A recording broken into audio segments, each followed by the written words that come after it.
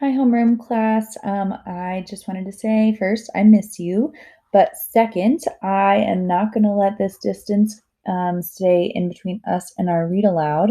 So, over the next couple of days, I'm going to be reading a few chapters at a time of our book, Fish in a Tree.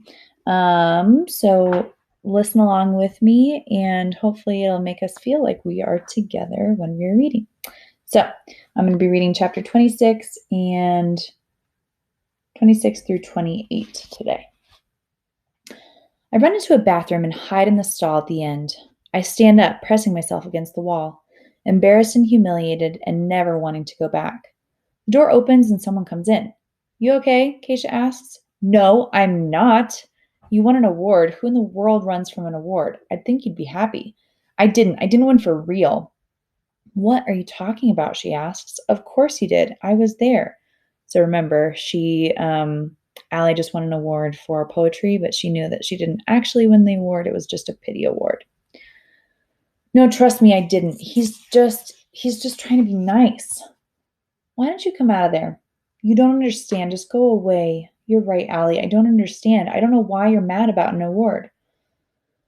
I feel so much worse than just mad. Look, I say, when you get on your bike, don't you expect it to hold you up, not fall apart when you pedal? Yeah, so what?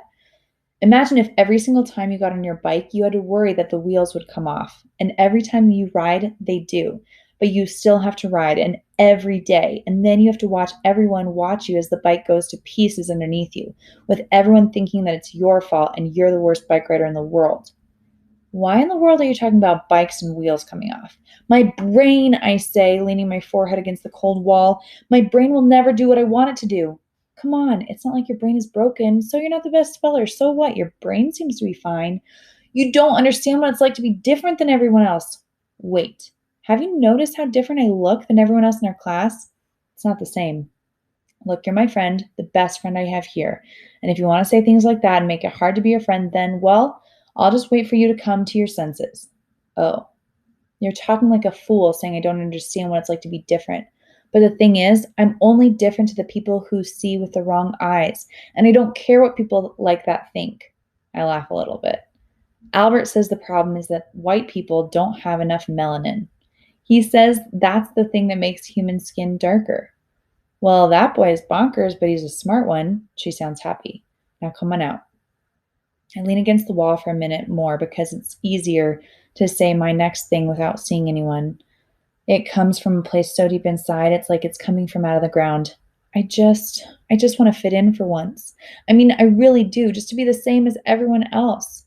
Keisha doesn't answer for a while. Look, you don't fit in, I don't fit in, Albert doesn't fit in either. Who says who fits in anyway? People like Shay? That girl is just mean. Who cares what she thinks? The stall door is closed, but I smile as I imagine Keisha's expression. I'm lucky to have her. Come on, Allie. Who wants to fit in with people like Shay and her worse than awful friends? Thankfully, we'll never fit in with people like that. Keisha laughs again. One thing's for sure. We're not going to fit in, but we're going to stand out. All three of us. You wait and see.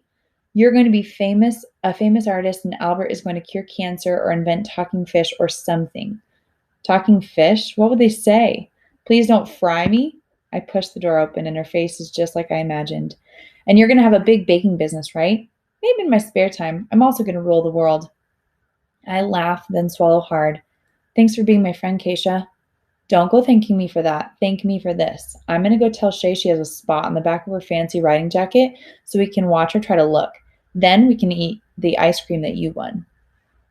Chapter 27. Half Baked Afternoon. Keisha invites Albert and me over to her house for a surprise. When I arrive, Albert is already there and Keisha is wearing a baker's hat and apron. So when do we eat? Albert asks. No free ride here, Albert. We have to cook first, Keisha says, putting a cookbook on the table. Albert seems disappointed. You'll be able to eat, don't worry. And in the meantime, think of this as a science experiment. So it's two of your most favorite things, Albert. I'm pretty happy until she opens the cookbook and slides it over to me. You're in charge. Of what? The recipe. What do you think? What? Is she kidding? And Albert, you can be in charge of rolling the dough. Going to try cookie dough today to see if the letters cook at a similar rate to cake. I'm freaking out over having to be in charge of the book. I'd rather be in charge of teaching cats to play hockey. And my mind spins into that mind movie. When I start laughing, Keisha asks me what I'm doing, and I have to shrug, push the picture of a goalie cat with skates and a mouthguard out of my head. Allie? Keisha pokes me. Yeah? I asked, what's the first thing? Albert appears next to me. I'd rather do the book. You want to trade, Allie? You can roll the dough. Sure, Albert, if that's what you'd rather do, I don't mind switching. Albert begins to read the ingredients while I roll the cookie dough. It's sticky and hard to roll. Keisha points to a package of flour. Hey, sprinkle some of that on. I managed to get the dough rolled out, but I have my doubts about all of this. I look at the elephant cookie cutter she uses to make letters. What do you want me to spell? Well, the letters are kind of big for cupcakes, so it can only be 3-letter words. Spell whatever you want. I spell cow because it's the first thing I think of. Then we stand the letters up in the bottom of each cupcake mold and cover them with the batter. Once Keisha slides the first batch into the oven, Albert asks, Can I have some milk? Keisha shrugs. Sure, she says, taking a glass and filling it. Albert gulps it all down and asks, May I possibly have some more? We switched to water at home and I really miss milk. She hands him the gallon. Help yourself. He sits with the milk and wraps his arm around it like he is protecting it. I laugh. You're not getting that back, Keisha, I hope you know. I have a question, Albert says after licking the milk from his lips.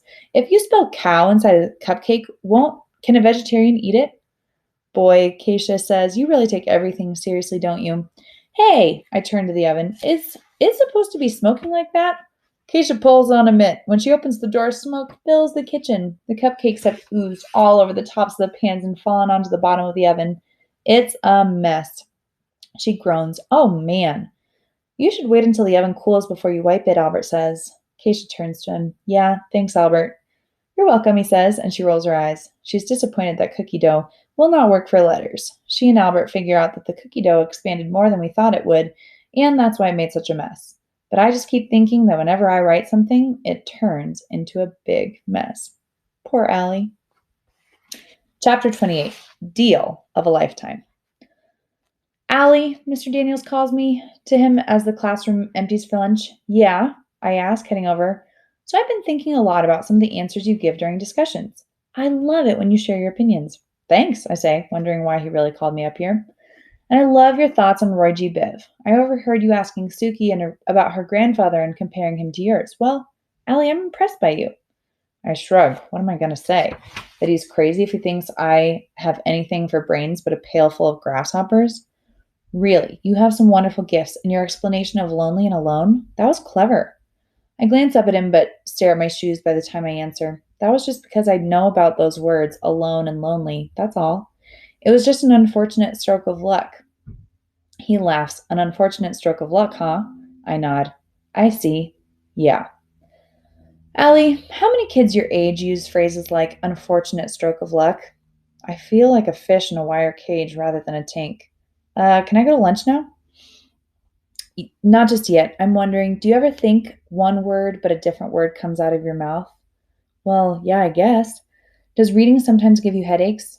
I nod, more nervous. When you look at letters, do they ever seem to move? I'm confused. Of course they do. They do? He is wide-eyed. I nod, but I'm not sure if I should. He just looks at me for a while, and I think how I know how Keisha's cupcakes feel when she watches them in the oven. One more question, he says. I shift my weight. Have you ever heard of a game called chess? Yeah, I say happier. It's from Alice in Wonderland, Through the Looking Glass. My grandpa read it to me a gazillion times. It's the game that uses a checkerboard and the castle pieces, right? He brightens. Yeah, that's the one. Do you know how to play? I shake my head. Do you want to learn?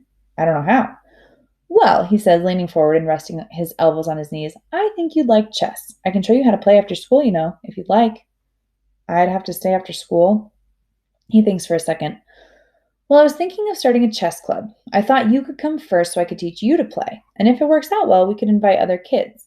It may be fun, something different. It's not like I was born yesterday. I know he's up to something. Teachers don't volunteer to stay after school to play games. I kind of want to say yes because Mr. Daniels is cool, and I don't think there's any reading stuff in chess, and my grandpa would have liked how I could play, but it scares me. Well, I don't think so, but thanks anyway. He seems disappointed, and I turn to go. How about if I excuse you from homework for learning how to play? I stop like my feet are strapped to 1,000-pound blocks. Did he just say that? I turn around. What's the catch? No catch. If you stay after to learn chess for a few days, I'll excuse you from homework on the days you stay. Am I going to have to write a paper or something? No papers, promise. I can just come in here and play a game and I get out of homework. No catch? Well, you can't tell anyone in class. I'll call your mom about it though. He holds his hand out to shake. We have a deal then? Yeah, okay. I can't say no to that deal. Homework is only one step above death. I'm so happy about skipping some homework that I'll keep remembering it and being happy over and over again. But what really gets me is that in order for Mr. Daniels to come up with this plan, he must have thought of me outside of school when he didn't have to think of me. I bet other teachers have never let me sit in their head 1 second longer than they had to. Oh my goodness. So those are our chapters for today. What I would love you to think about is, what do you think Allie is really experiencing as she was in the bathroom trying to struggle through receiving this award and feeling pity? Why do you think, two, she's afraid to share with Shay what's really going on in her? And then three, why do you think Mr. Daniels is giving her so much attention, and why might he be encouraging her to play chess? What do you think that has to do with reading? So I would love to see your comments in the post below because I miss you and I just want to see what you all have to say. All right, have a great rest of your day.